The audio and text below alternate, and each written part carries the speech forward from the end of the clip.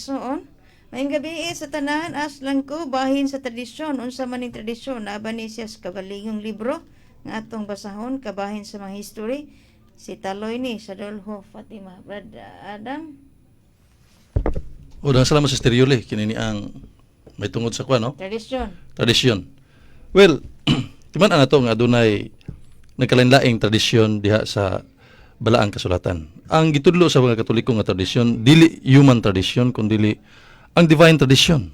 Ang divine tradisyon nagkompose kini diha sa kuano kining naay gitawag og ecclesiastical tradisyon, naay gitawag og apostolic tradisyon. Gikan gyud sa mga apostoles. Ang mga pagtulunan gikan sa apostoles gikan gyud direktamente ngadto sa atong Ginoong Kristo nga wala masulat diha sa stereol, no?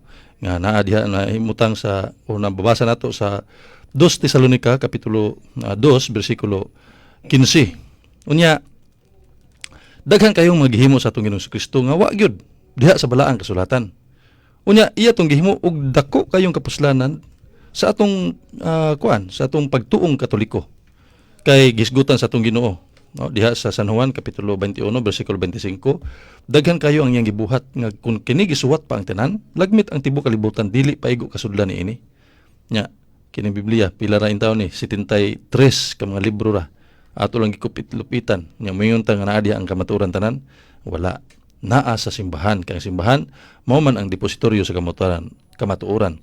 So either sinulat kining balaang kasulatan or katong wala masulat, gitawag nato og kini ni ang tradisyon, no?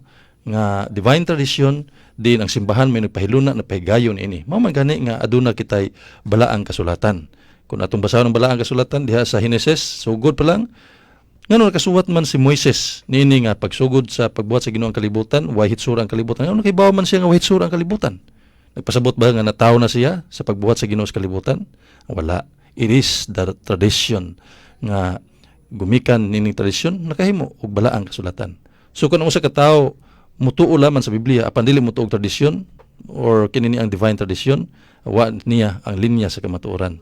Tungod kay dili mataw ang Biblia kung wala ang simbahan nga nagpahigayon sa tradisyon. So mao kana atoy katubag si Sister Yuli sa maayong pangutana sa nagisuon. Okay, dugang pangutana Sir Ives.